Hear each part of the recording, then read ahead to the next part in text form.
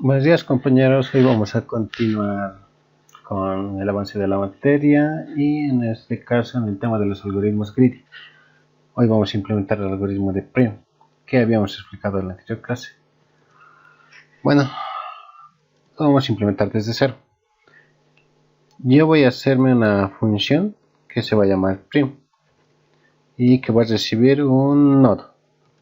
Eso es lo que va a ser mi función, o sea, en aquí yo voy a implementar el algoritmo de prim, donde como habíamos dicho recibimos un nodo cualquiera, o sea, nosotros vamos a empezar en un nodo cualquiera para iniciar el algoritmo. Entonces eso es lo primero que hacemos. Luego, ¿qué es lo siguiente que hacemos? Tenemos que declararnos una cola de prioridad. ¿Y cómo se declara una cola de prioridad en el caso de C++?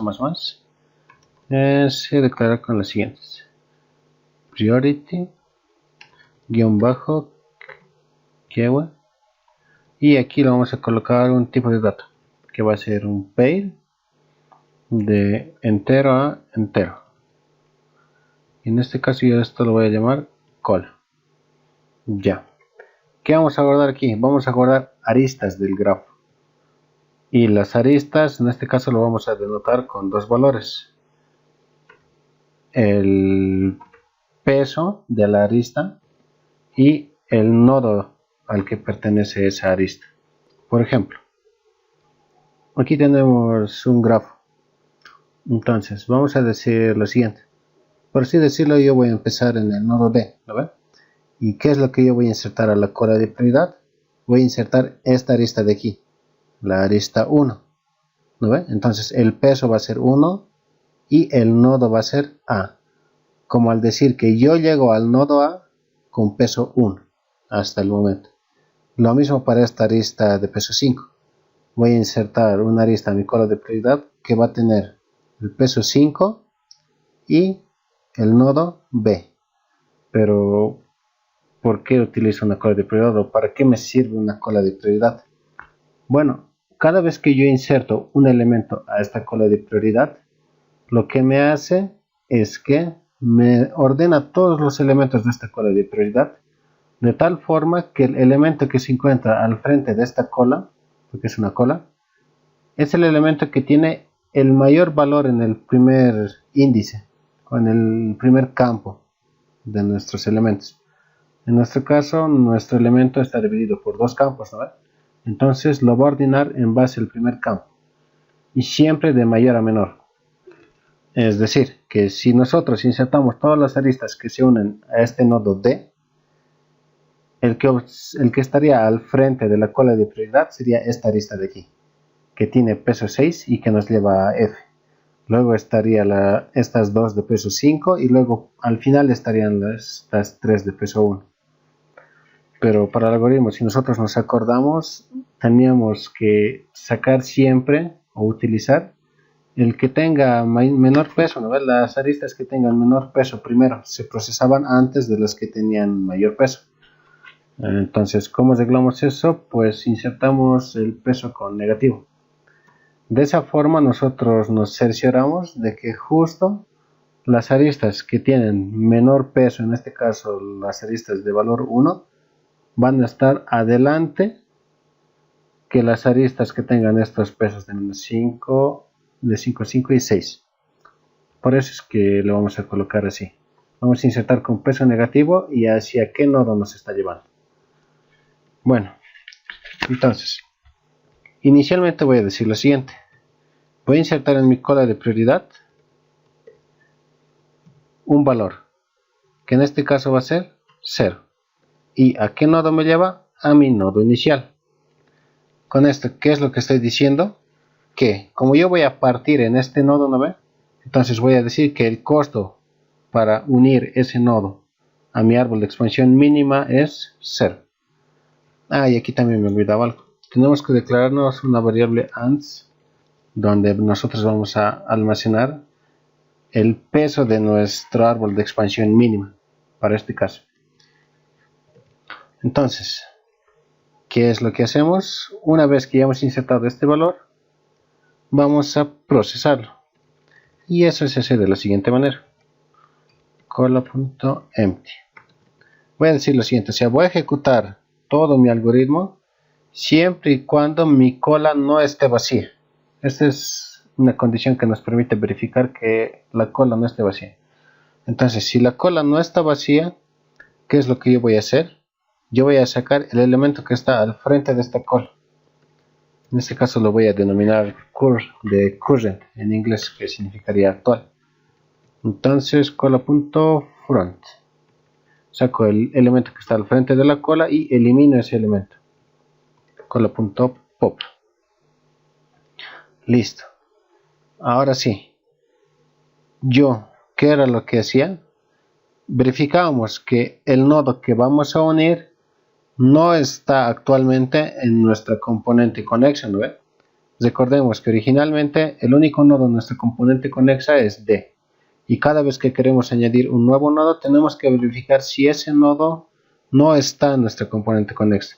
Porque si es que ese nodo ya está en nuestra componente conexa, entonces se forma un ciclo. Y eso no lo necesitamos en Prim, más bien no queremos ciclos. Bueno, entonces, ¿cómo verifico que un nodo está en nuestra componente conexa o no está? Bueno, para eso nos vamos a definir como variable global un vector dinámico de tipo booleano, que va a ser está. Y en este caso va a ser así. Este vector lo que me va a decir es que para cierto nodo, algo también que me olvidaba mencionar es que en aquí los nodos están numerados desde de 0 a n-1. Si tenemos n nodos, entonces esos nodos van a estar enumerados desde 0 hasta n-1. Entonces, ¿qué es lo que va a hacer este vector de ahí? Nos va a decir lo siguiente, que si el vector está en la posición i es igual a true, entonces el nodo i está en la componente. Eso es lo que vamos a decir. Y obviamente, si es que en esta posición i el valor es falso, significa que el nodo i no está en la componente. Bueno, entonces aquí vamos a preguntar si ¿dónde está almacenado ahorita el nodo hacia el que estoy yendo? Está almacenado en la segunda parte de ¿qué? De nuestro pair. Entonces, cur.second, con eso estoy accediendo al segundo valor de esta mi arista que he insertado, que supuestamente es la arista actual que yo voy a procesar. Entonces, si en mi vector está en esta posición es igual a true, ¿qué significa? Que ese nodo ya está en mi componente. Por lo tanto, no tengo que hacer nada más, sino solamente continuar con el siguiente, o sea, ignorar ese nodo. Esa es la forma en la que nosotros vamos a ignorar un nodo. Luego, ¿qué más vamos a hacer? Entonces, si es que esta condición no se cumple, va a ejecutarse lo que está por debajo del if. ¿Qué significa? Que no se cumple esta condición, que nuestro nodo actual no está en nuestra componente. Por lo tanto, lo tenemos que insertar a la componente. Entonces, primero voy a decir que este mi valor, ahorita lo estoy insertando en la componente. ¿No ve? Estoy poniendo en mi vector está en esa posición, lo estoy poniendo en true, diciendo que ese mi vector ya va a estar en mi componente, que ahorita lo estoy insertando. Entonces, ¿qué era lo que hacíamos en prim? Una vez que insertábamos un nodo, insertábamos todas las aristas, ¿no ve? Que salían de este nodo. Eso era lo que hacíamos. Todas las aristas las insertábamos a nuestra cola. En nuestro caso, a esta cola de prioridad de aquí. Para que todo esté bien ordenadito y podamos obtener siempre el próximo nodo a procesar. Solamente invocando a esta instrucción de aquí. A esta función. Bueno, ahora entonces, ¿cómo sabemos cuáles son los nodos que salen del nodo que acabamos de insertar a nuestra componente? Bueno, si ustedes se fijan, aquí en ningún punto estoy guardando el grafo, ¿no? Ya hemos visto en anteriores clases que las formas de guardar grafos es mediante matrices de adyacencia o listas de adyacencia. Bueno, en este caso nosotros lo vamos a guardar en una lista de adyacencia. Y si se acuerdan, la lista de adyacencia la anterior vez estaba implementado con listas encadenadas simples, con un vector de listas encadenadas simples, lo cual es la verdad, implementarlo así directamente con listas encadenadas simples se hace muy largo y además que no es el objetivo implementarlo exactamente con listas. Habíamos dicho que nosotros vamos a utilizar vectores dinámicos. Vamos a utilizar un vector donde cada elemento es otro vector dinámico. Entonces, ¿cómo hacemos eso? Me voy a declarar un vector, o sea, literal de lo que les he dicho, donde cada elemento del vector son vectores dinámicos y donde cada posición de ese vector dinámico va a ser un par de enteros o un pair de enteros. Así. Y este vector yo le voy a llamar GR, como al decir que es un grafo. Ya parece complicado y podemos decir cómo vamos a insertar datos en aquí. Bueno, se hace de una forma muy simple. Vamos a irnos al main, la función principal, y vamos a leer dos datos que va a ser n y m. ¿Qué significa n y m? Bueno, n es el número de nodos y m es la cantidad de aristas. Entonces vamos a leer eso, n y m. Listo. Y ahora, ¿qué es lo que tenemos que hacer? Vamos a decir que nuestro grafo va a tener un tamaño de n. Nuestro grafo, o sea, nuestro grafo se va a preparar para poder almacenar n nodos.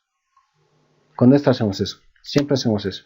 Siempre que definimos esta estructura le damos el tamaño igual a la cantidad de nodos de mi grafo.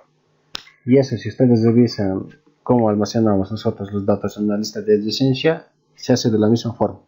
Tenemos un vector para cada nodo. Por eso es que nosotros definimos esta estructura de tamaño n. Luego, para cada uno de las aristas, nosotros vamos a leer tres datos. Lo voy a llamar A, B y C. ¿Qué significa A? Es nodo de origen. ¿Qué significa B? Bueno, sería nodo de destino. ¿Y qué significa C? Sería costo de la arista. Por ejemplo, veamos esto. En este caso los nodos están representados con letras, ¿verdad? Bueno, nosotros vamos a tomar en cuenta que los nodos van a estar representados con números. Entonces, si yo quiero insertar o yo quiero decir que esta arista que va de D hacia A pertenece a mi grafo, entonces en la entrada el valor de A va a estar guardado en esta mi variable A y el valor de D va a estar guardado en esta mi variable B. ¿No ve? Y el peso de la arista va a estar guardado en la variable C. Por eso es que siempre vamos a leer tres datos cuando leamos grafos con peso. Siempre los nodos que está uniendo esa arista y luego el peso de la arista. Si queremos insertar esta arista le tendríamos que dar en A el valor de C y en B el valor de D, ¿no ve? Y luego el peso de la arista sería 1. Bueno, entonces tenemos que leer esos datos. Hemos dicho que nosotros vamos a suponer que los datos de los nodos, los nombres de los nodos, son números. Entonces, si son números, no nos tenemos que preocupar por nada. Ahora sí, ya hemos leído la arista. Hasta ahorita hemos leído, pero ¿cómo guardamos en el grafo? Recordemos que este es el grafo. Entonces, para guardar en el grafo simplemente es esto. Digo que de mi nodo A sale una arista, voy a insertar una arista que va hacia el nodo B con peso de C. Así es como voy a hacer. Es como si estuviéramos aquí. A mi arista que sale de A, voy a insertarle la arista que va hacia B y ese tiene un peso de C. Por eso es que hacemos para cada nodo, porque en este vector de aquí vamos a tener todas las aristas que salen de este vector de aquí, del vector en la posición A en este caso. Entonces por eso insertamos la arista. Ahora, si ustedes se acuerdan, este es un grafo no dirigido. Por lo tanto, yo puedo ir de A hacia B y también puedo ir de B hacia A, ¿no ven? Entonces eso también lo tenemos que representar en la entrada. Como es un grafo no dirigido, se puede ir de un lado hacia el otro de la misma forma. Es decir, que yo voy a insertar una arista que vaya de B hacia A con peso de C. Al hacer solamente esta instrucción, estamos diciendo que el grafo es dirigido, ya que solamente el flujo transcurre en una sola dirección, de A hacia B. Pero al hacer esto, estamos diciendo que el flujo también puede venir de vuelta. Puede ir de A hacia B.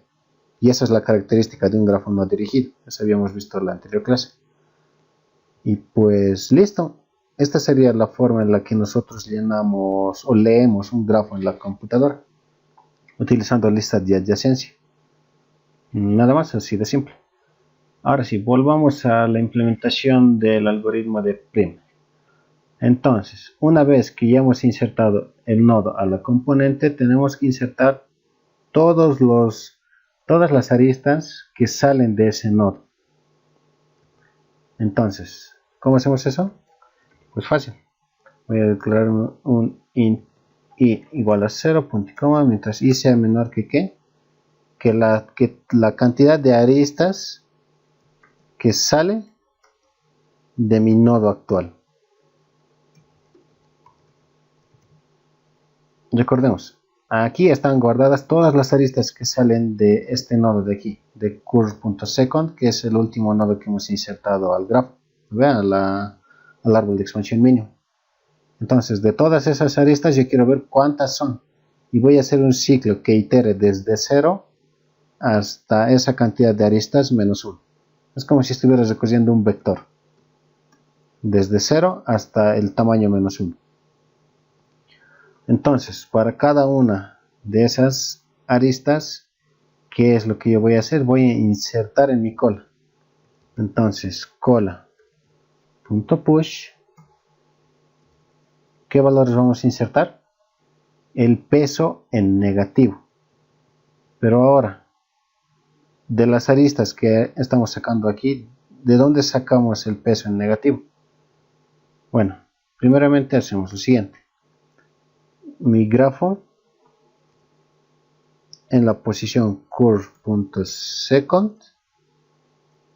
Ahorita estoy en el vector del último nodo que he insertado. Ahora, en ese vector andate a la posición i, según lo que está haciendo aquí. Entonces, todo esto ahorita es una arista de mi grafo. Así, tal y como hemos metido así, aquí, igualito están aquí. Entonces, ¿en dónde hemos guardado el peso en estas aristas? Hemos guardado en la segunda componente, ¿no ven? En la segunda coordenada. Entonces, punto second. De esa forma estamos accediendo al peso de esa arista. Y hemos dicho que ese peso lo insertamos con negativo. Luego, una vez habiendo insertado el peso, tengo que insertar el nodo hacia el que me lleva a esa arista. Fíjense bien, el nodo en este caso, ¿en dónde está? Está en la misma posición, solamente que en la primera componente, en la primera parte. Entonces yo me voy a copiar todo esto hasta aquí y voy a ponerle punto first. Y listo. Nada más. Aquí me olvidaba un detalle importante. El valor de ANS almacenaba el tamaño del árbol de expansión mínimo, o sea, la suma de todos los pesos de las aristas. Entonces, cuando estoy insertando un nuevo nodo, ¿qué es lo que tengo que hacer? Tengo que sumar el peso de la arista con la que estoy uniendo este nodo a la componente. Entonces, eso es igual a ¿qué? A ANS más el peso de esa arista. Hemos recordado que el peso está en ¿dónde? En la primera parte de aquí, de esta mi variable curve. Entonces, curve.first. Ahí está el peso, pero este peso está con negativo. Si ahorita lo suma así, en lugar de aumentar, lo va a decrementar el peso de todo el árbol. Entonces, lo coloco con signo negativo por adelante, negativo con negativo es ese positivo y por lo tanto ese peso se va a ir sumando a mis respuestas. Listo, y al final vamos a retornar la respuesta, que aquí es donde está el peso del árbol de expansión mínima para este caso. Y pues bueno, lo podemos probar. Aquí lo que voy a hacer va a ser simplemente hacer un code de prim. ¿En qué nodo lo voy a mandar? En el nodo 0. Así. Voy a decir que se inicie prim en el nodo 0 y que me calcule su árbol de expansión mínima a partir de ese nodo. Ya, y en aquí algo más interesante, voy a decir que me muestre qué arista se está procesando. ¿Cómo voy a ver qué arista se está procesando? Sabemos que exactamente en este punto yo sé que estoy insertando este nodo con este peso, ¿no ve? Exacto. Entonces, en aquí voy a mostrar lo siguiente. Voy a mostrar el peso. El peso hemos dicho que está con valor negativo y para convertirlo lo metemos con positivo. Luego vamos a mostrar con un espacio el nodo que estamos uniendo con ese peso.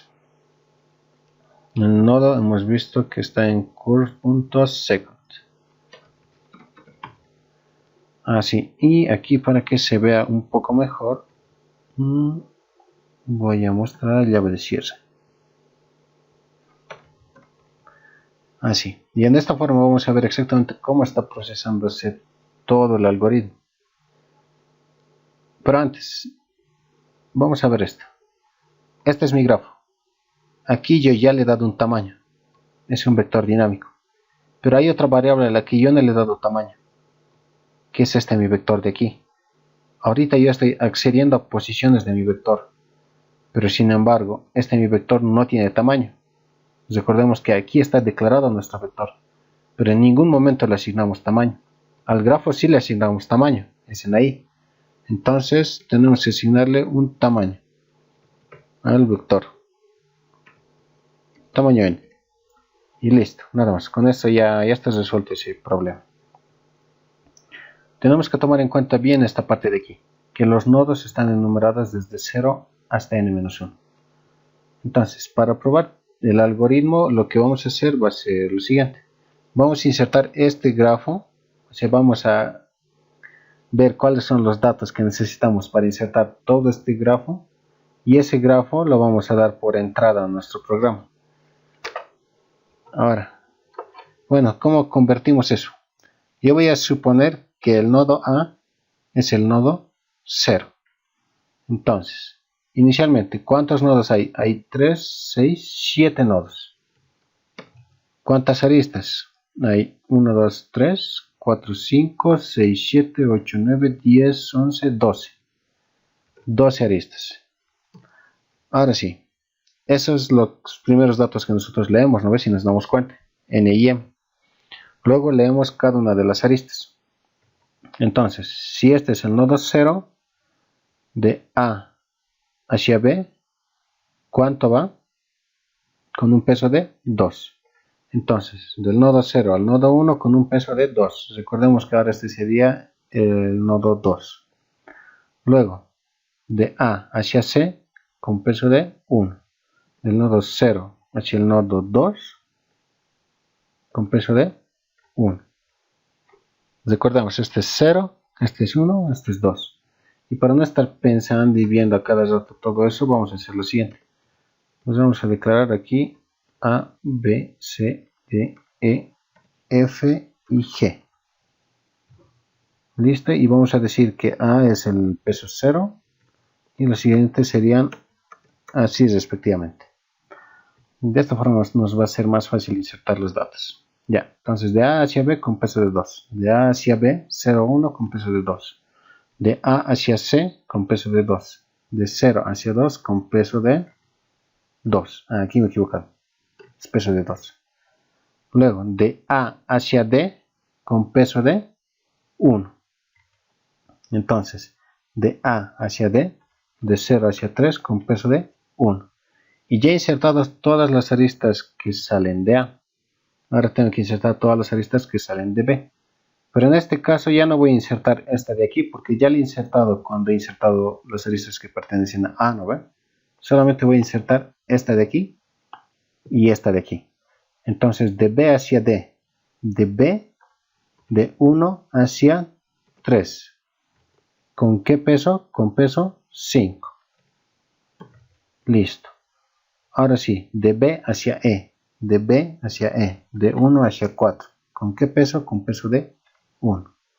Y he insertado esa arista. Ahora sí voy a insertar las que pertenecen a C.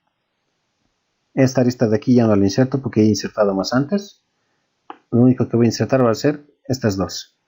Entonces de C hacia D con peso de 1. De C hacia D, de 2 hacia 3 con peso de 1. Luego de C hacia F con peso de 2. De C de 2 hacia 5 con peso de 2. Listo, y he insertado esas aristas. Ahora inserto las que pertenecen a D. Voy a insertar únicamente esta de aquí, esta de aquí, esta de aquí y esta de aquí. Entonces de D hacia E, de D hacia E, de 3 hacia 4 con peso de 1. Luego de D hacia G, de D hacia G, de 3 hacia 6 con peso de 5. Luego de D hacia F con peso de 6. De D hacia F, de 3 hacia 5 con peso de 6. Y listo, ya he insertado todas esas aristas. Ahora continúa con el nodo E. Solamente voy a insertar una arista que sería esta de aquí. De E hacia G con peso de 3. De E de 4 hacia G, que es 6 con peso de 3. Y listo, ya estaría insertado todas esas aristas que salen de E. Ahora iremos con F. Solamente queda una sola arista, que sería esta de aquí. Entonces de F hacia G con peso de 10. De 5 hacia 6 con peso de 10. Listo, y ahora voy hacia G. Pero ya he insertado todas estas aristas que salen de G más antes, ¿no? Por lo tanto ya no inserto nada. Y entonces esta sería la forma en la que vamos a insertar los datos en la computadora o en el programa. Y en base a eso nos tendría que calcular todito el árbol de expansión mínimo. Algo también que me he dado cuenta en aquí. Entonces vamos a copiar esta y vamos a ejecutar nuestro código. Entonces usamos aquí, hacemos g++, print, menos o y a. Si no hay ningún error de compilación, todo va a calcular bien. Aquí dice que la clase cola de prioridad no tiene un miembro llamado front. Entonces aquí me debí de equivocar, debe ser top.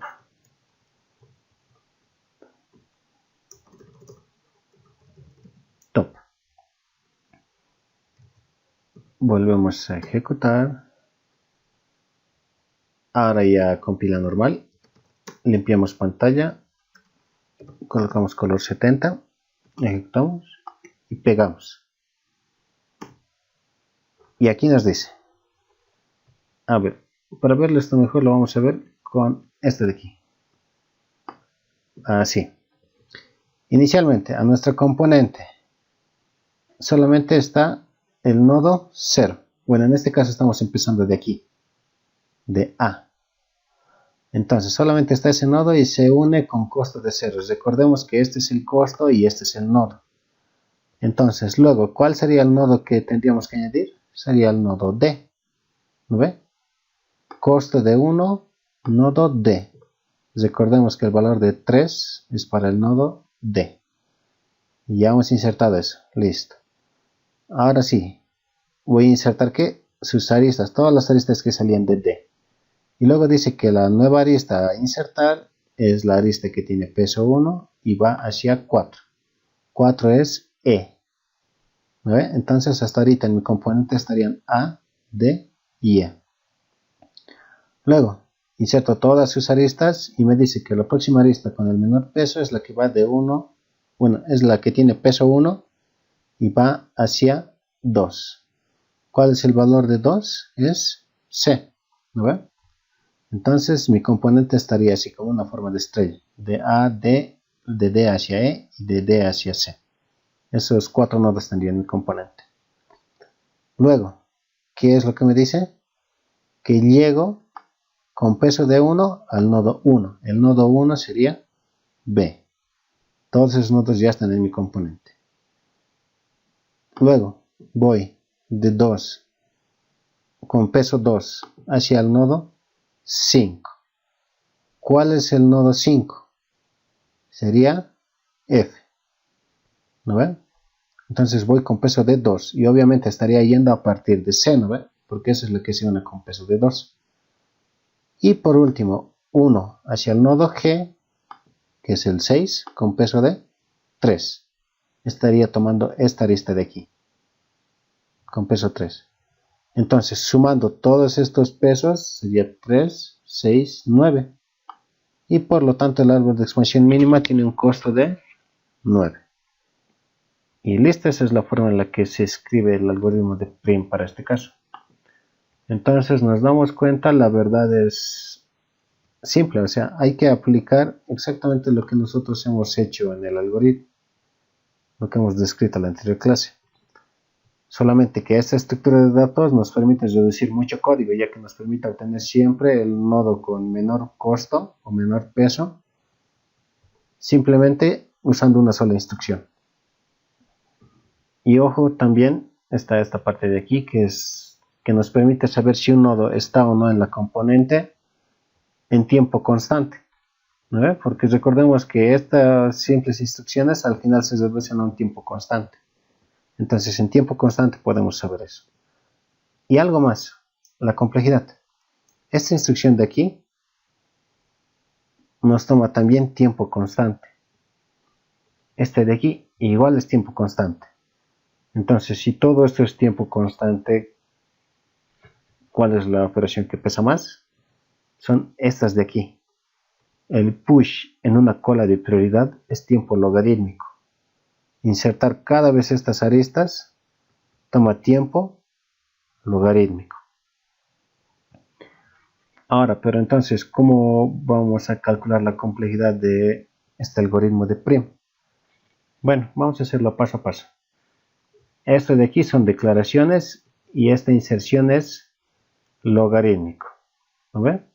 Pero es logarítmico de un solo valor, si ustedes se dan cuenta.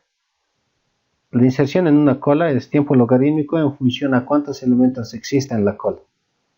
Si en la cola existen 1000 elementos, entonces la inserción va a tomar logaritmo de 1000. Si en la cola existe un elemento, entonces la inserción toma logaritmo de 1. En este caso, como la inserción es en una cola que no tiene elementos, entonces esta se considera como una operación en tiempo constante. Entonces, todito esto es constante. No nos preocupamos por eso. Entramos al ciclo. Fíjense. Vamos a sacar un elemento, esto también es tiempo constante, tiempo constante, tiempo constante, tiempo constante y tiempo constante. Aunque son varias operaciones, todos se realizan en tiempo constante. Hay problemas en aquí.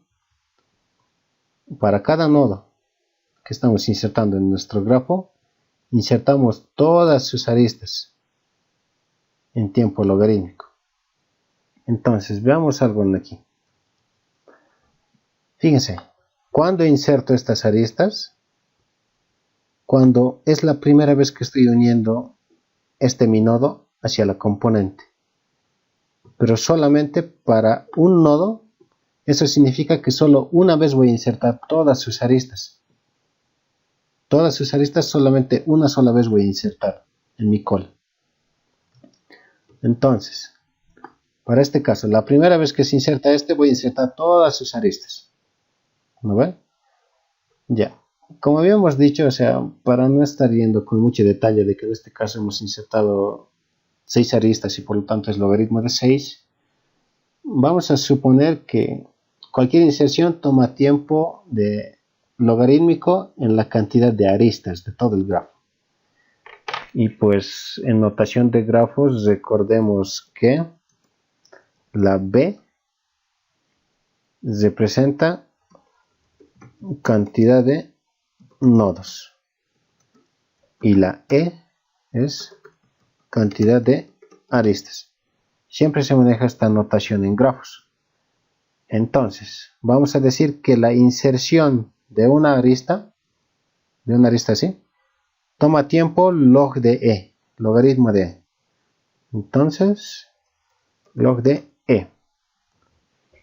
Una arista toma tiempo log de E en insertarse. Ahora, pero hemos dicho que para un nodo solamente una sola vez se van a insertar todas sus aristas. ¿No ve? Entonces, cuando insertamos este nodo, se insertan todas sus aristas. Cuando insertamos este nodo, se insertan todas sus aristas. Pero nos damos cuenta que esta arista de aquí ya la habíamos insertado cuando hemos insertado D, ¿no ve? Entonces, ¿qué es lo que significa? Que cada arista se va a insertar en nuestra cola exactamente 2 veces. La primera vez cuando estemos procesando uno de sus dos nodos y la siguiente vez cuando estemos procesando su otro extremo. Entonces 2 veces se inserta cada vez las aristas. Por lo tanto, ¿qué significa? Que esta inserción de aquí se realiza 2 por cada cantidad de las aristas que nosotros tenemos. Así. Entonces, esto de aquí, al final toma todo este costo por las aristas. Exacto. Ahora sí, pero esta operación se repite ¿cuántas veces? Siempre y cuando la cola no esté vacía, ¿no ve? Pero aquí tenemos que tomar algo muy en cuenta. O sea, como nosotros habíamos visto hasta ahora el cálculo de complejidades, teníamos que ver cuántas veces se repetía este ciclo y por cada ciclo cuál es el costo de hacer esta operación. Pero en este caso ese costo no es algo constante, ¿no ve? Habíamos dicho que en un caso como en este va a insertar 3 aristas, pero en otro caso puede insertar 6 aristas. Entonces no podemos representar esto como un número fijo. Pero lo que sí sabemos es que en total sí o sí se van a insertar cada arista 2 veces.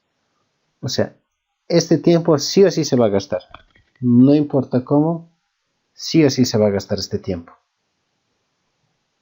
Listo, entonces lo único que nos falta calcular es lo que aporta todo este valor.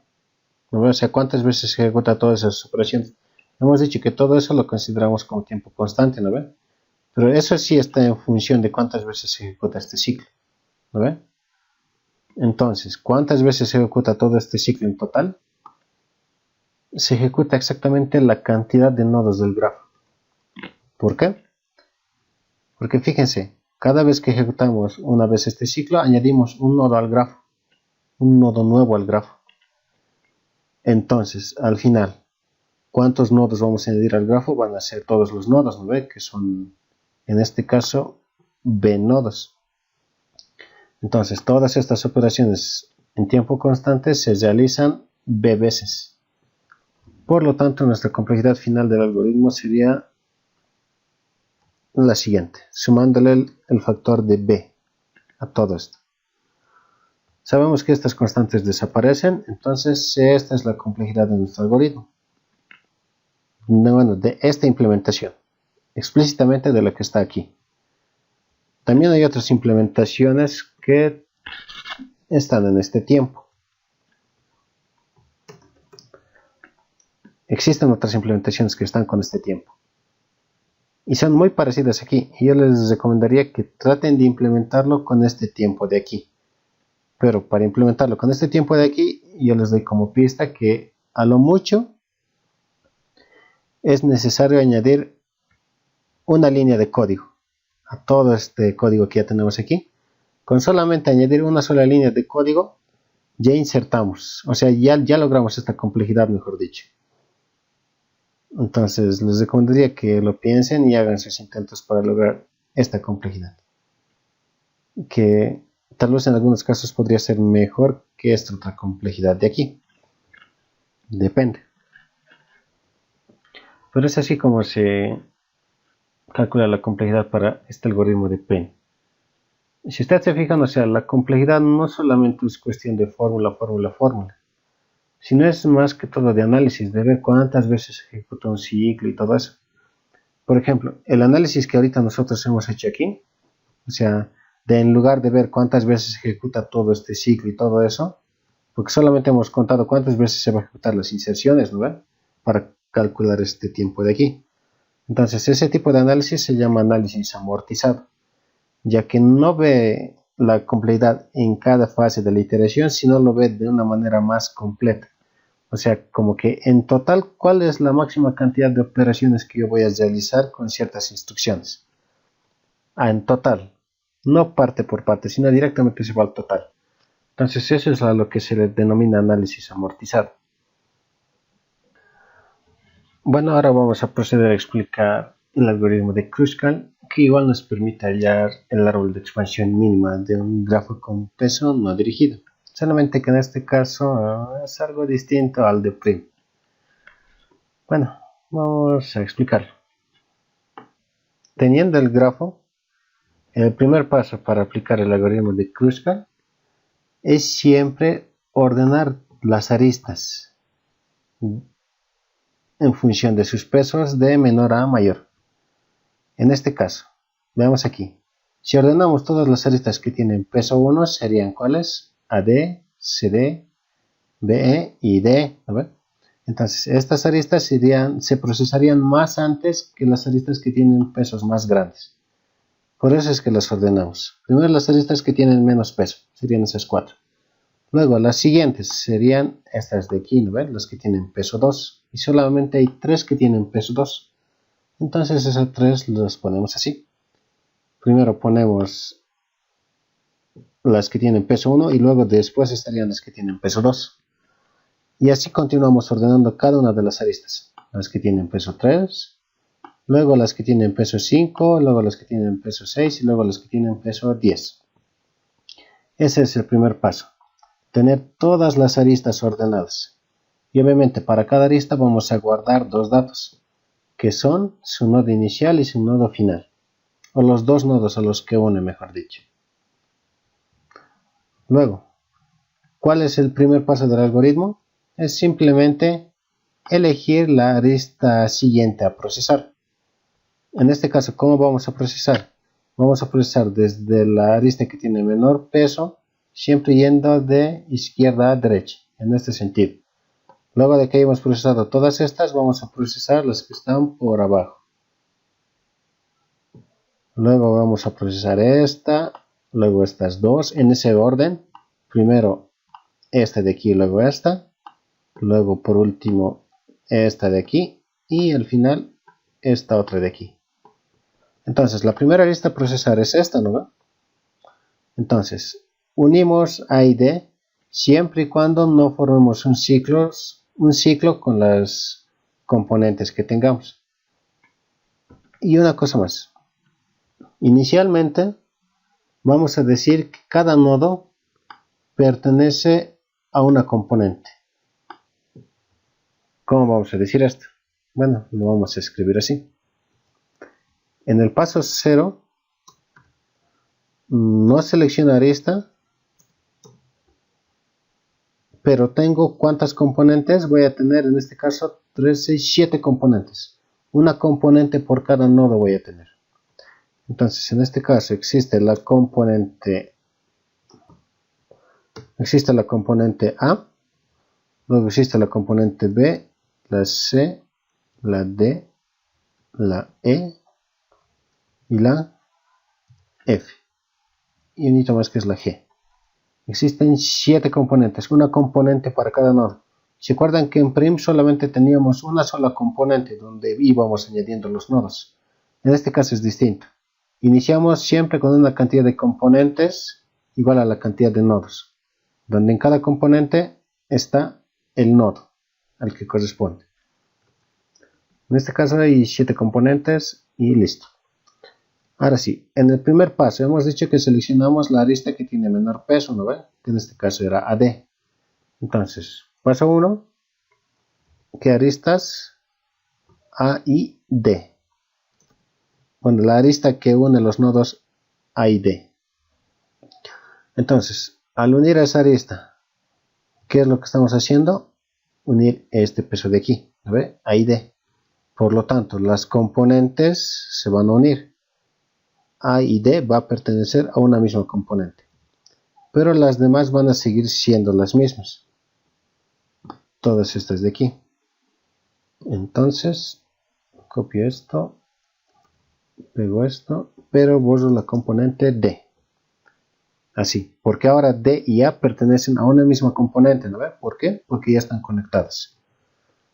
Luego, siguiente vez, ¿qué nodo vamos a procesar? El nodo C y D. Procesando C y D, unimos estos nodos de aquí, ¿no ve? Entonces, siguiente paso es procesar C y D. Entonces, a todas estas mis componentes que yo tenía aquí, ¿qué es lo que va a pasar? A la componente donde está A y D se les va a unir C. Entonces, aquí se les une C y de aquí obviamente este deja de ser una componente. Listo. Algo a tomar en cuenta sería lo siguiente. Fíjense esto, como un dato auxiliar. El número de componentes en cada paso siempre se reduce en 1. Inicialmente en el paso 0 teníamos ¿cuántas componentes? 7. En el siguiente paso tenemos ¿cuántas componentes? 6.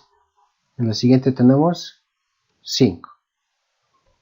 Entonces, este número de componentes siempre tiene que reducir en cada iteración. Bueno, ya hemos insertado la lista C y D. Ahora tendríamos que insertar la arista que sería B y E. Entonces, insertando esa arista B y E, ¿qué es lo que pasa? Que unimos las componentes B y E en una sola. Entonces, me copio esto. B y E están en una sola componente. Y hemos utilizado la arista que va de B hacia E. Y ese es el paso 3. ¿Cuántas componentes tenemos? 4. Entonces, ¿cuál es el siguiente paso? Procesar D y E. Entonces, procesamos D y E, que serían estas dos. Entonces, ¿qué dice que unimos? Unimos la componente a la que pertenece el nodo D y la componente a la que pertenece el nodo E. Entonces, componente a la que pertenece el nodo D y E. Y esta componente va a crecer. Si uno D y E, al final tengo esta componente de ahí. Se ha unido con la otra. Cantidad de componentes 3 y este es el paso 4. Siguiente. ¿Cuál sería el siguiente nodo a procesar? Digo, la siguiente arista sería A y B. Entonces, vemos aquí. A y B. Pero fíjense, ¿qué pasa si yo uno A y B? Se va a formar un ciclo, ¿no ve? A, B, E y D. Se forma un ciclo. Por lo tanto, al igual que en prim, nosotros tenemos que evitar formar ciclos. Entonces, simplemente no tomamos esta arista. Y ya no la tomamos, ya no es necesario tomarlo porque ya están unidos los nodos A y B. Entonces, la ignoramos. Luego, siguiente paso, ¿cuál es? Añadir la arista C y F. La arista que une a C y a F. En este caso, si unimos esa arista, nos damos cuenta que no formamos un ciclo, ¿no? Por lo tanto, podemos añadirlo. C y F, con peso de 2. Entonces, aquí, C y F. Agarramos esto, pegamos aquí, C y F, entonces voy a unir estas dos componentes. Listo, hay dos componentes y este es el paso 5. Luego tenemos que procesar qué nodo, digo, qué arista, A y C. Pero A y C nos damos cuenta que forma un ciclo, ¿no ven? A, C, D. Si es que la uniéramos, formaría un ciclo. Por lo tanto, no la vamos a unir, sino que la vamos a ignorar. ¿No ven? A y C la ignoramos, no unimos. Luego, ¿cuál sería la siguiente a procesar? Sería E y G. E y G no forma un ciclo, ¿no ve? Al unirse, por lo tanto es válido. Entonces, en este paso unimos E y G. Por lo tanto, estas dos componentes se van a unir en una sola. Ahora tengo una sola componente y este es el paso 6. Y fíjense, o sea, una vez que yo he llegado a este paso, una vez que yo ya tengo una sola componente, ya no tengo que añadir ninguna arista más al grafo. ¿Por qué? Porque todo mi grafo ya está conectado. ¿No ve? Porque todos pertenecen a la misma componente. Igualito que en prim, nosotros nos deteníamos cuando todo el grafo pertenecía a una misma componente. Bueno, ahora vamos a calcular la suma de todas las aristas que pertenecen al árbol de expansión mínima. Entonces, sumando, 2 más 1 es 3, más 1, 4, más 1, 5, más 1, 6 y más 3 es 9. Por lo tanto, el árbol de expansión mínima para este caso tiene peso de ¿cuánto? De 9. Entonces, el árbol de expansión mínima tiene peso de 9. Y ese peso de 9 coincide con el árbol de expansión mínima que hemos sacado con prim. Si nos damos cuenta, aquí hemos dicho que el árbol de expansión mínima tiene un peso de 9. Y este era el algoritmo que hemos utilizado con prim. Entonces vemos que sea cual sea el algoritmo, se llega siempre al mismo peso, al mismo tamaño del árbol de expansión mínimo. Siempre se llega al mismo. Si no se llega al mismo, entonces ha habido algún error en alguna parte. Y pues bueno, para finalizar la clase vamos a implementar el algoritmo. Que en este caso, o sea, es completamente distinto, ¿no ven? ¿Por qué? Bueno, a la vez también es un poco más fácil. Porque lo único que tenemos que hacer inicialmente es que ordenar todas las aristas. Una vez que las ordenamos, vamos a procesarlas uno por uno nomás ya. Procesando uno por uno al final hasta que se llegue a terminar todo el algoritmo. Nada más, o sea que ya tendríamos exactamente qué arista se va a procesar y en qué momento. Eso es lo bueno. Pero ahora lo malo es lo siguiente.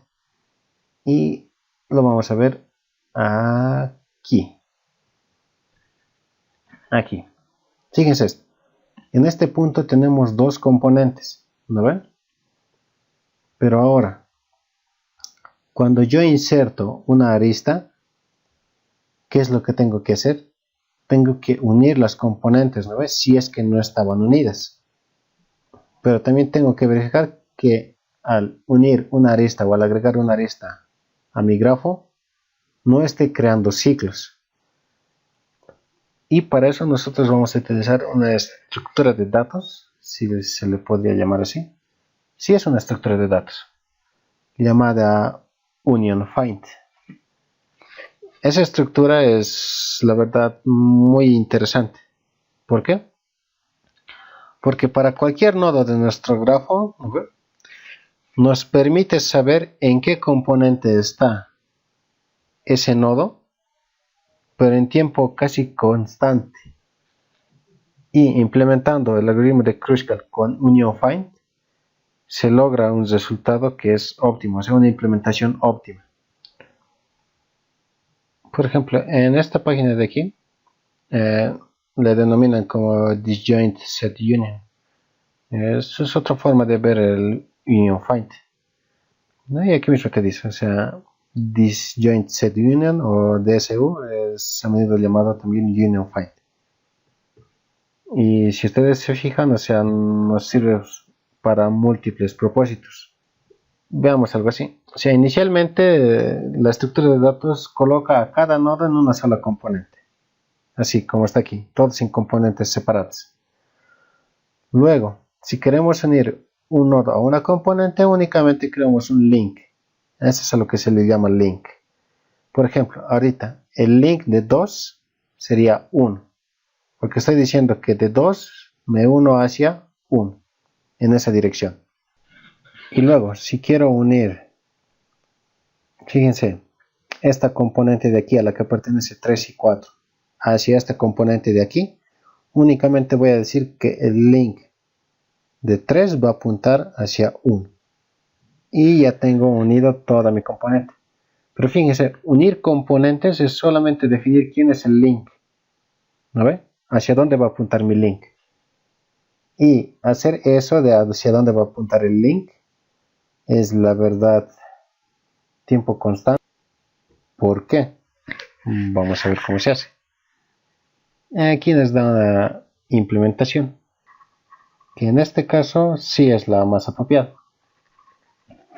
Entonces os vamos a copiar esta implementación y les voy a ir explicando paso a paso. Y listo. Nos vamos a hacer esto. Ahora sí. Inicialmente vamos a modificar esta función de aquí. Yo la voy a colocar con el nombre de init. Y no voy a recibir parámetros. ¿Qué es lo que va a hacer esta función? Lo único que va a hacer es inicializar la estructura de datos. Entonces, ¿qué es lo que va a hacer? Mejor dicho, sí va a recibir un parámetro, que va a ser la cantidad de nodos de mi grafo. Entonces, desde int igual a 0 hasta n y más, voy a decir que el padre, o mejor en nuestro caso lo hemos llamado link, ¿no ve? Entonces lo llamaremos sigue link. Que el link de un nodo cualquiera inicialmente es sí mismo. ¿Qué pasa cuando el link de un nodo es sí mismo? Entonces significa que no hay ninguna flecha que sale de este nodo, de aquí. Fíjense, por ejemplo, el link de 1, ¿cuál sería? Hemos dicho que es hacia donde apunta, ¿no ve?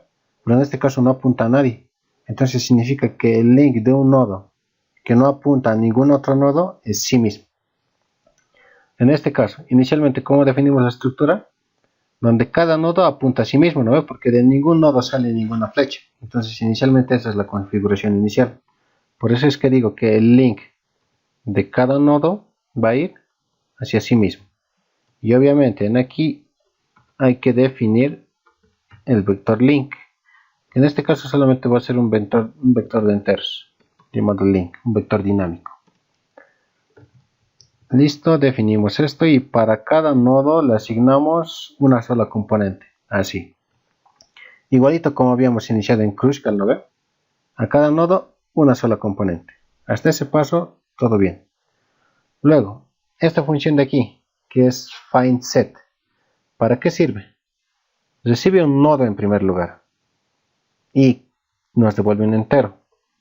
Recibe un nodo y nos dice exactamente cuál es el padre del grafo al que pertenece este nodo. ¿Y cómo los podemos saber? ¿O quién es el padre de cada nodo? El padre de cada componente, mejor dicho, es aquel nodo que no tiene ninguna arista que sale. Ejemplo. Inicialmente aquí, de cada componente, el mismo nodo es el padre. Luego de aquí, de esta componente donde está 1 y 2, 1 es el padre de 2.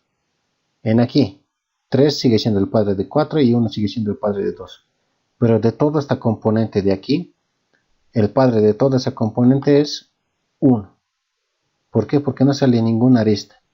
Entonces, eso es lo que hace esta función de aquí.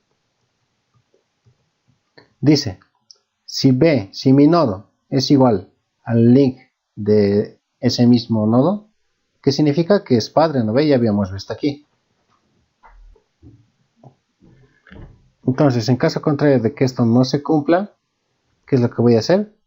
Voy a encontrar el padre del link donde apunta. Es decir, por ejemplo, en este caso, ¿qué pasa si yo quiero calcular el padre de este nodo 4? Entonces, como el nodo 4 no es el padre, o sea, porque tiene una arista que sale, entonces, ¿qué me dice? Que eso va a ser igual a ¿qué? Que voy a encontrar el padre del link de ese mi nodo, del link de 4. O sea, le estaría diciendo que para calcular el padre de 4, si es que este no es el padre, entonces que calcule el padre de su link, o sea, el padre de este. ¿No ven? Y esta es una llamada recursiva, si nos damos cuenta, ¿no ve? Porque se vuelve a llamar a la misma función dentro del cuerpo de la función. Entonces, en algún punto vamos a llegar al padre, como vemos aquí, ¿no ve? Porque todas las flechas van hacia arriba, siempre apuntan hacia arriba, hacia donde está el padre. Entonces, en algún punto vamos a llegar a donde está el padre. No importa cómo, vamos a llegar. Eso es lo que hace. Entonces, esto sí o sí va a terminar. Y en cuanto encuentre al padre, vas a retornar ese padre. Y vas a retornar la llamada recursiva y al final nos va a decir que el padre de 4 en este caso es 1. Eso es lo que hace. Lo único que hace es eso, esa función. Ahora aquí tenemos otra función que dice uniendo sets. ¿Qué significa esto? Que si yo tengo los padres, bueno, mejor dicho, si yo quiero unir dos nodos, en este caso voy a unir el nodo A y el nodo B. Son nodos nomás, no necesariamente son padres. Entonces, ¿qué es lo que me dice? Yo voy a hallar el padre de A y luego voy a hallar el padre de B. ¿No ve? Y luego, si es que están en componentes distintas, ¿no ve? ¿Qué significa? Que puedo unir. Entonces voy a decir que el padre de A ahora va a ser, no, mejor dicho, que el padre de B ahora va a ser A. Estoy uniendo eso. De forma gráfica, ¿cómo se vería? Se vería como están aquí. Si yo quiero unir estas dos componentes, ¿no ve? Voy a decir que el padre de esta componente de 3 y 4 va a tener como link a este nodo de aquí, hacia el nodo 1. Es lo mismo que estoy haciendo aquí. El link de ese nodo va a apuntar hacia el padre de la otra componente. Ya, pero en este caso, esta condición de aquí la vamos a borrar. ¿Por qué? Porque esa condición vamos a escribirlo en otra parte. Esta función lo único que hace es unir dos sets o dos componentes. Eso es lo único que hace esta función. ¿Ve? Encuentra los padres y une el padre de uno hacia el link del otro.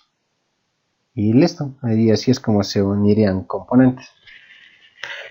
Algo que aquí va a hacer que nuestra estructura de datos sea extremadamente rápida es añadir lo siguiente: que el link de B sea igual al set del link de B. Exactamente así.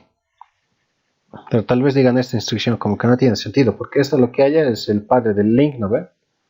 Es como decir que hallara el padre del nodo B. Entonces hemos dicho que esta función, o sea, esta llamada va a retornar en algún punto el padre de toda esa estructura, ¿no ve? Lo va a retornar. Y en cuanto lo retorne, voy a decir que el link de ese nodo va a ser igual al padre directo. Si esto tal vez lo hacen algunos ejemplos, algunos casos de prueba, mejor dicho, y todo eso, se van a dar cuenta que si no colocamos esto, la estructura de datos es bien lenta. Bien lenta. Con una buena cantidad de nodos, ¿no? Obviamente, con poquitos nodos no se nota la diferencia, pero con una buena cantidad de nodos sí es lenta. Para añadirle esta simple instrucción de ahí, entonces la estructura de datos ya se vuelve eficiente. Y muy eficiente, la verdad. Y creo que su eficiencia en este caso está dada por el inverso de la función de Ackermann, creo que era. O algo así. Bueno, busquen más información acerca de eso, pero su complejidad de esta funcioncita de aquí está definida por eso. Complejidad de esta función de aquí es lineal, ¿no? Porque para cada nodo hacemos esta asignación. La complejidad de hacer esto estaría en función de la complejidad de estas dos llamadas de aquí, ¿no? Estarían en función de eso, que igual estaría relacionado con la función de Ackermann o con la inversa de la función de Ackermann.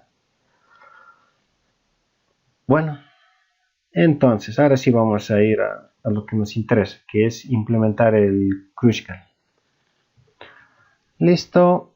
Esta parte de aquí es la lectura de datos del grafo, lo que ya habíamos visto. Este vector de está o no está presente ya no existe, así que se borra.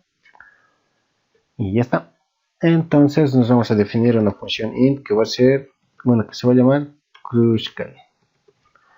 Y lo que va a recibir en este caso, no va a recibir parámetros. Sí, no va a recibir parámetros. Porque en prim nosotros le mandamos como parámetro el nodo a partir del cual se va a expandir, ¿no ve? Pero en el caso de Kruskal no existe un nodo inicial, ¿no ve? Sino solamente vamos a insertar la arista que tenga menor peso en función de cómo están ordenadas. Entonces no hay un nodo inicial, solamente sería como una arista inicial, por así decirlo.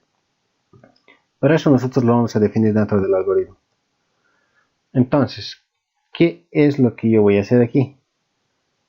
Para Kruskal, lo que me sirve, si ustedes se dan cuenta, no es tanto la lista de adyacencia. No me sirve mucho esto. Lo que me sirve es solamente las aristas. Porque yo solamente inserto aristas, ¿no ve? Una vez que inserto una arista, no hago nada más. Sigo a la siguiente arista. No es que inserto una arista, luego del nodo nuevo que estoy insertando, inserto todas las demás aristas. No, ya no es así. Sino que solamente se insertan esas aristas. O sea, las que ya teníamos por defecto. Es lo único que hacemos. Entonces, en este caso, la mejor forma para implementar el algoritmo de Kruskal es no utilizar una lista de adyacencia. Entonces existiría, por así decirlo, como una tercera forma de guardar un grafo en la computadora. Y esa forma se llama lista de aristas. Sí, lista de aristas. Que creo que también en el libro lo explica, si mal no recuerdo. ¿Pero a qué se refiere esta lista de aristas? Bueno, es literal. O sea, una arista está definida por dos valores, ¿no ve? Los valores de los nodos a los que une y también el peso con el que los une. Si yo tengo muchas de estas aristas, al final ya sé cómo es mi grafo, ¿no ve? Porque un grafo ya habíamos dicho que solamente es nodos y aristas. Entonces ya estaría. Ya, pero en este caso, para implementarlo no lo podemos implementar directamente así. Porque fíjense, cada elemento de nuestro vector de aristas, esta lista de aristas para nosotros va a ser un vector de aristas nomás. ¿Por qué? En este caso los separa en función del peso, ¿no ve? Cada arista.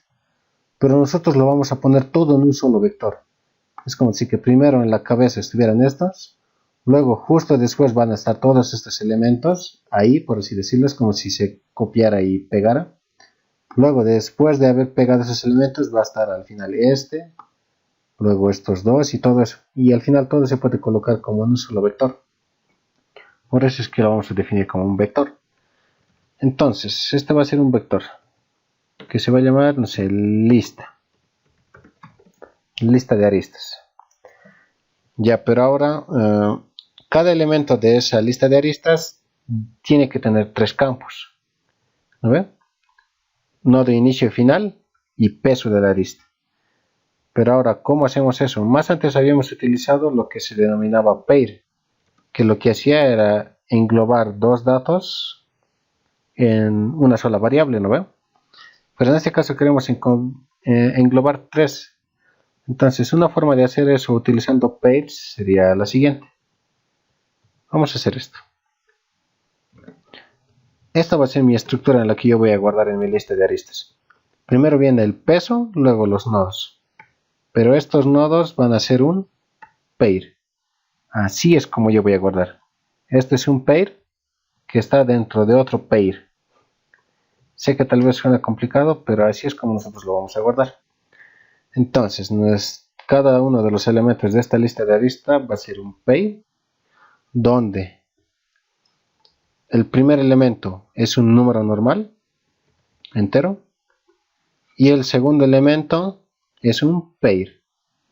Entonces, pair, donde cada elemento de ese segundo pair interno es un entero. Entonces, entero, entero. Este es de este pair, falta del otro pair de afuera y listo. Ya está. Así es como va a ser nuestra estructura para la lista de aristas. Puro pairs en función de este esquema. Entonces esto lo voy a comentar y lo voy a tener ahí para que no me olvide. Entonces, al leer el grafo, ya no existe este grafo de aquí. Hemos dicho que no es necesario guardarlo en una lista de adyacencia. Entonces esto se va. La cantidad de aristas sí o sí tengo que leer, obviamente. Y bueno, en este caso, la cantidad de aristas me define el tamaño de mi lista, ¿no ve? Entonces, cantidad de aristas M. Para cada una de estas aristas yo leo tres datos, ¿no ve? Que es A, B y C. Y entonces, mi lista en la posición I va a ser igual a ¿qué? Primero tengo que pasarle el peso. Luego le tengo que pasar, ¿qué cosa? Mis nodos, inicial y final. Y nada más, o sea, casi vamos a implementar literalmente lo que habíamos escrito en aquí.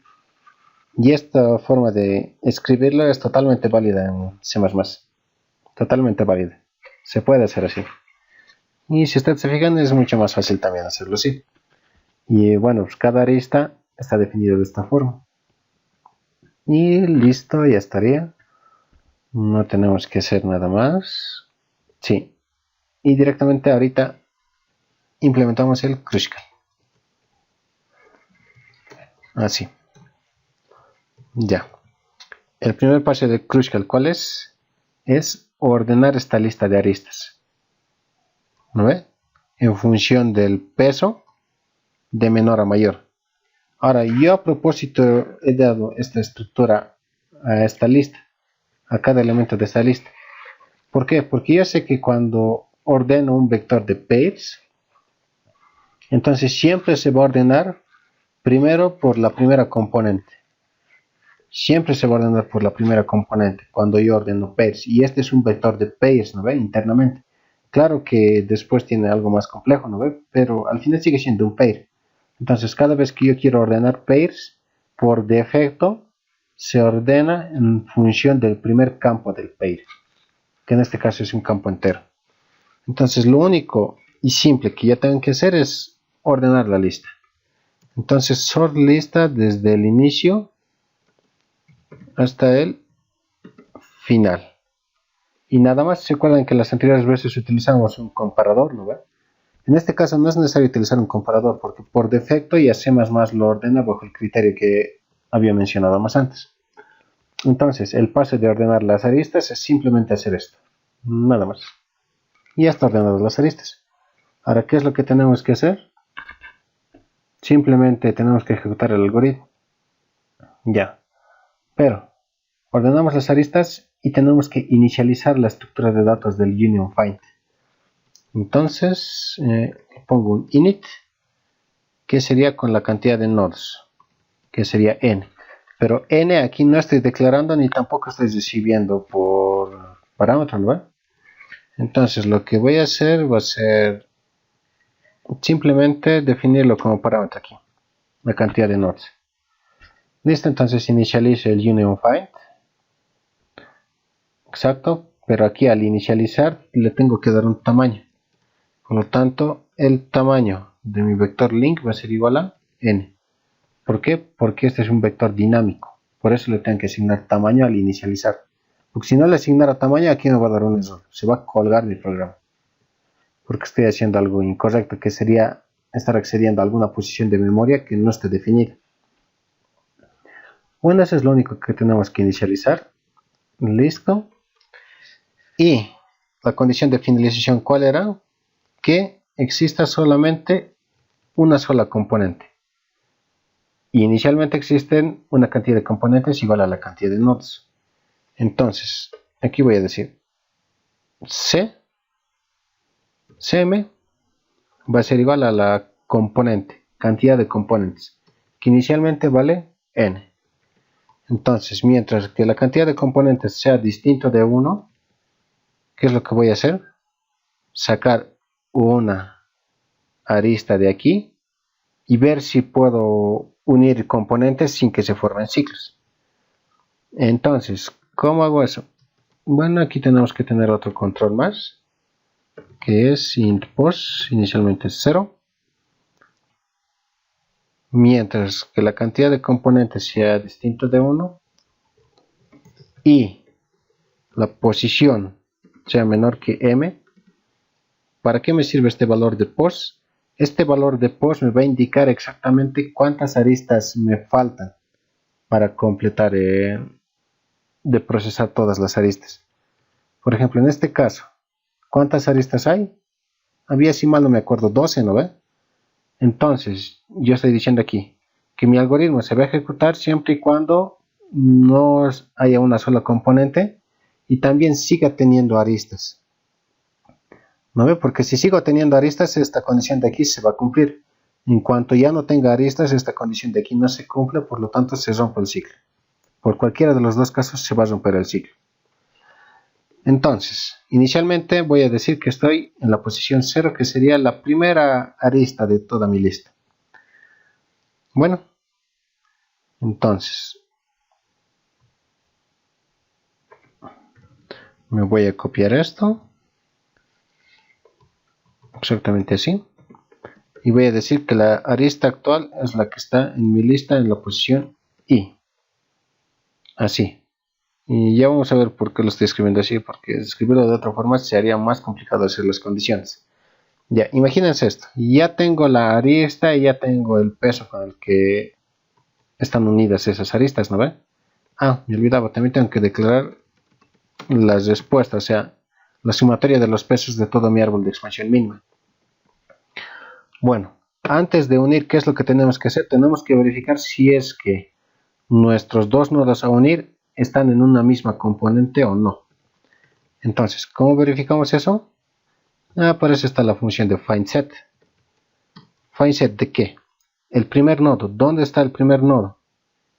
¿En qué variable? En la variable cur. Luego de entrar a cur, tengo que entrar a qué? Al segundo campo, ¿no? Porque ese es un pair. Entonces, punto second. Luego de estar en el segundo campo, tengo que entrar a ¿dónde? Al primer campo de nuevo de ese pair, ¿no ve? Entonces, punto first. Ahí es donde está mi primer nodo. Entonces, voy a decir, ¿cuál es el padre de esta componente? Y si es que el padre de esa componente es distinta al padre de la componente en la que está el otro nodo, significa que puedo unir esas dos componentes. En este caso, el otro nodo está en second. ¿A ver? Estarían aquí. Entonces, si es que están en distintas componentes, ¿qué es lo que voy a decir? Union sets, que recibe como parámetro dos nodos. Entonces, yo voy a copiar esto. Y luego voy a copiar el otro. Así. Ya unido los sets, o sea, tan simple como hacer eso, solamente ya unido. Esta mi función ya se encarga de unirlos tal y como habíamos dicho, ¿no ve? Encuentra los padres y luego enlaza el link de uno de los padres hacia el otro. Y listo. Y luego aumento el valor de mi respuesta en cuanto en el peso de mi arista. ¿Y el peso en dónde se encuentra? En la variable cur, en la parte first. Cur.first. Y listo. No hacemos nada más. Y obviamente la cantidad de componentes reduce en 1. Eso lo vimos aquí, ¿no ve? Cada vez que insertamos una nueva arista válida, la cantidad de componentes reduce en 1. Y listo. Pero ¿qué pasa si esta condición no se cumple? Significa que los dos nodos están en la misma componente. Por lo tanto, no puedo unirlos ya que formaría un ciclo. Entonces, si es que esto no se cumple, simplemente no hago nada. Pero aquí no estamos definiendo el valor de i. Y hemos dicho que la variable pos es la que va a iterar sobre toda la lista. Y hayamos o no hayamos utilizado una arista, al final nos movemos a la siguiente arista. Eso es lo que me faltaba. Aquí me da la arista actual. Si lo utilizamos, bien. Si no lo utilizamos, ni modo. Simplemente pasamos a procesar la siguiente arista. ¿No ve? Y con esto nos movemos a la siguiente posición en nuestra vector lista. Y pues listo. Esta sería la implementación del algoritmo de Kruskal. Así de, por así decirlo, simple. Y pues lo vamos a probar para ver cómo está funcionando. Pero en este caso necesito el valor de m también. Entonces eso más lo voy a mandar como parámetro. Sí. Sí, exactamente así. Entonces aquí voy a mostrar code Kruskal de n nodos con m aristas. En L Y para que se note biencito cómo lo estamos haciendo, aquí adentro voy a mostrar exactamente qué aristas yo estoy uniendo. Entonces las aristas que yo estoy uniendo están en aquí. Entonces yo voy a hacer lo siguiente.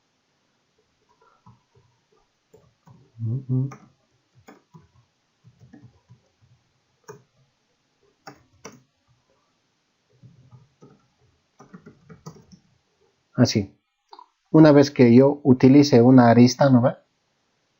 Entonces, ¿qué es lo que voy a hacer? Voy a mostrar exactamente cuál es esa arista que yo estoy insertando. Y listo. Y como ya tenemos el grafo ya listo, directamente lo voy a copiar y vamos a ejecutar el código. Entonces, en este caso sería g++ crucial.cpp -o ya. Esperamos que no tengamos errores de compilación. Nos dice un warning, no hay retorno en esta función, en la función crucial. Es que me falta retornar el valor del peso de mi árbol de expansión mínimo. Entonces return ans. Listo, limpiamos. Un momentito. Este está así. Está así. Hacemos un CLS en color 70. Ahora sí. Entonces de nuevo compilamos, esperando que no haya ningún error. No hay error. Ejecutamos los datos. Y aquí están las aristas que añade. Y este es el peso. Y bueno, de por sí sabemos que está bien porque el peso era 9, ¿no? Era lo que habíamos hecho a mano. Pero si el programa también nos dice que es 9, entonces significa que, bueno, doble verificación. Entonces veamos si son verdaderamente esas aristas que hemos insertado en cada punto. Y eso lo podemos verificar yendo a aquí. Fíjense, la primera que une el nodo 0 y el nodo 3. Habíamos visto que 0 es A y 3 es D. ¿No ve? Luego, une el nodo 1 y el nodo 4. Pero el nodo 1 y el nodo 4 sería B y E. ¿No ve? En este caso nos hemos dado cuenta que B y E tienen el mismo peso. ¿No ve? B y E tienen el mismo peso que C y D. Pero el algoritmo en este caso justo ha puesto a BE más antes. ¿Por qué ha puesto a BE más antes? Porque una vez que dos aristas tienen el mismo peso, los va a ordenar en función de cuál es el primer nodo que pertenece a esa arista de menor valor. Por ejemplo, como estas dos aristas tienen el mismo peso, ¿no ven? Va a preguntar cuál nodo de estos primeros es el menor. El menor es B, ¿no ven? Si lo tomamos en cuenta como números. Entonces, por eso BE va más adelante en este caso, en el caso del programa. Por eso es que primero une BE. Pero bueno, entonces hasta el momento tendríamos eso. Ya, luego une 2 y 3, que sería C y D, la arista que tenemos aquí. Y ya está, o sea, estas tres aristas se han unido normalmente. Luego la siguiente vez une 3 y 4, que es D y E, esta de aquí, perfecto. Luego une 2 y 5, que justo es C y F. Y por último une 4 y 6, que es E y G. Y listo, o sea, fíjense, el orden tal vez ha variado un poco en las aristas que tenían el mismo peso, ¿no ve? Pero en las demás aristas se ha mantenido normal, porque así es como se ejecuta siempre el algoritmo. Y luego, al finalizar, me imprime el tamaño del árbol de expansión mínima, el costo del árbol de expansión mínima, mejor dicho. Y pues listo, se han dado cuenta que el único punto en el que puede variar es cómo se van a ordenar las aristas de peso igual. Esa es la única parte en la que puede variar este algoritmo de Kruskal, en función de cómo haya, qué aristas va a procesar en cada punto. Solamente eso es la única diferencia entre todas las posibles ejecuciones de este algoritmo de aquí. Y pues para finalizar podemos encontrar la complejidad de Kruskal. Bueno, para eso nos vamos a venir un poco a esta página de aquí.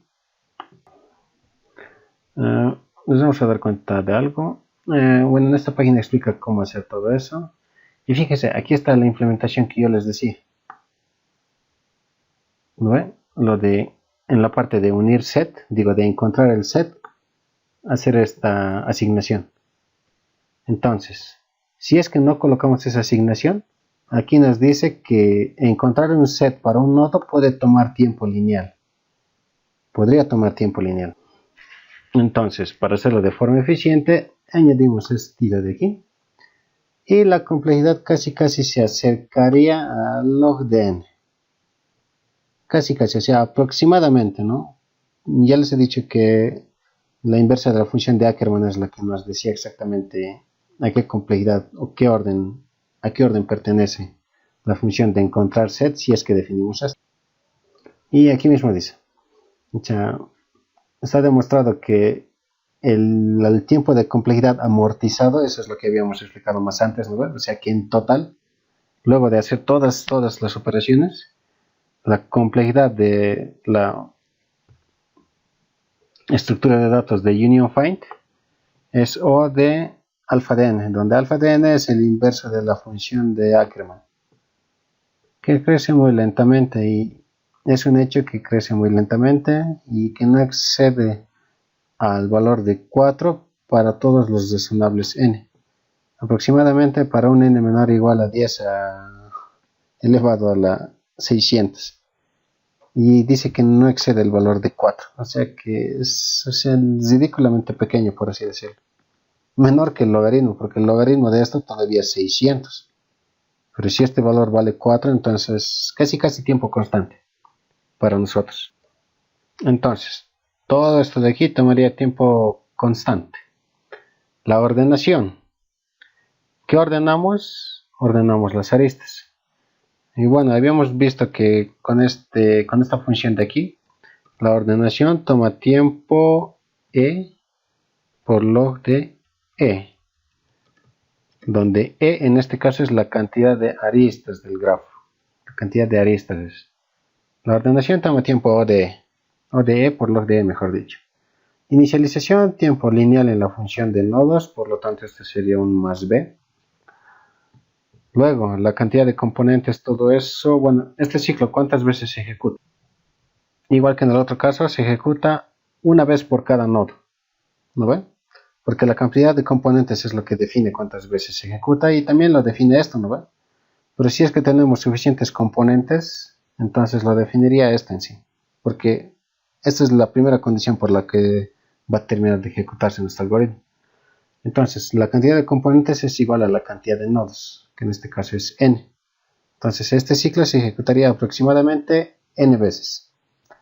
Y todas las instrucciones de este ciclo son instrucciones simples, ¿no?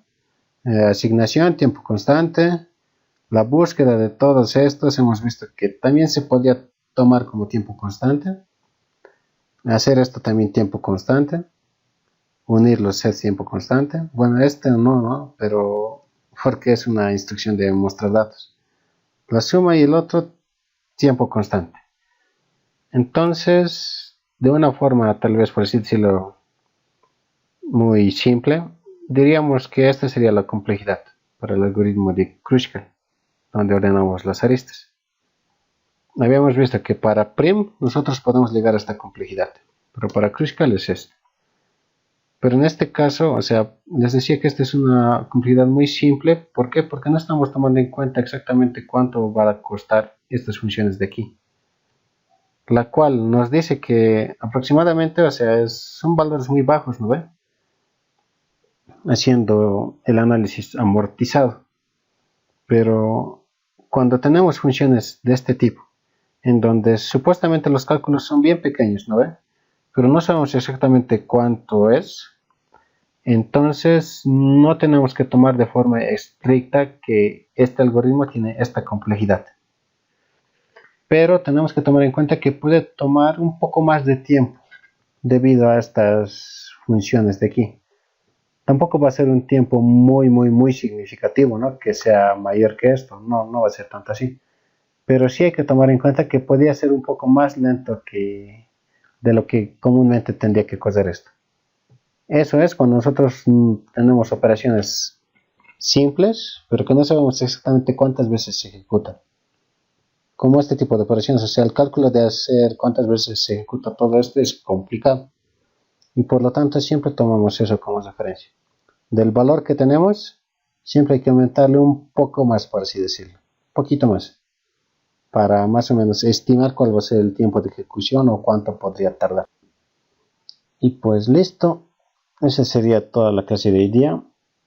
Hemos avanzado mucho en implementaciones y si se dan cuenta, al implementar los algoritmos, en este caso Greedy, son comúnmente cortitos.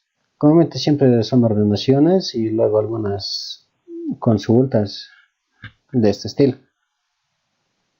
Eso es lo bonito de los algoritmos Greedy y por eso es que son muy utilizados también, porque dan soluciones simples a problemas que aparentemente son complejos.